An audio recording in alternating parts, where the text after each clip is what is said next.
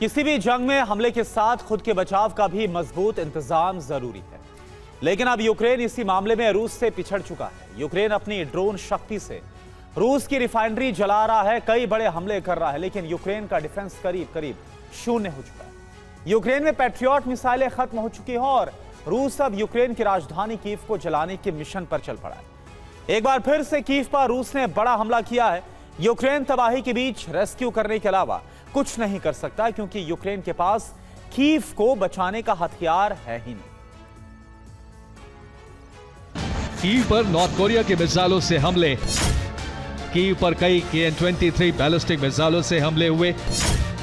Cluster KN-23 मिसाइलों से Kyiv में भारी तबाही हुई है। यूक्रेन पर नॉर्थ कोरिया की 120 मिसाइलें इस्तेमाल होंगी। नॉर्थ कोरिया रूस में 6 मिसाइल लॉन्चर तैनात करने वाला है।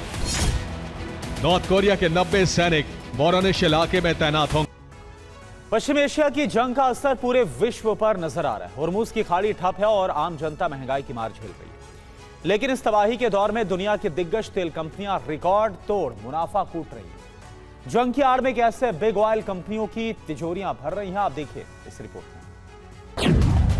अमेरिका की सबसे बड़ी तेल कंपनी एक्सॉन मोबिल ने दूसरी तिमाही में $14.5 अरब यानी 1.2 लाख करोड़ रुपए से ज्यादा का मुनाफा कमाया, जो 4 सालों का सबसे बड़ा रिकॉर्ड है। शेवरॉन का मुनाफा 6 साल के उच्च स्तर पर पहुंचकर $12 अरब हो गया। यूरोप की सबसे बड़ी तेल कंपनी शेल की कमाई दोगुनी होकर $10 अरब के करीब पहुंच गई। BP का मुनाफा दोगुने से ज्यादा बढ़कर $5.73 अरब हो गया। तो वहीं फ्रांस की टोटल एनर्जीज की कमाई में 67% का उछाल आया।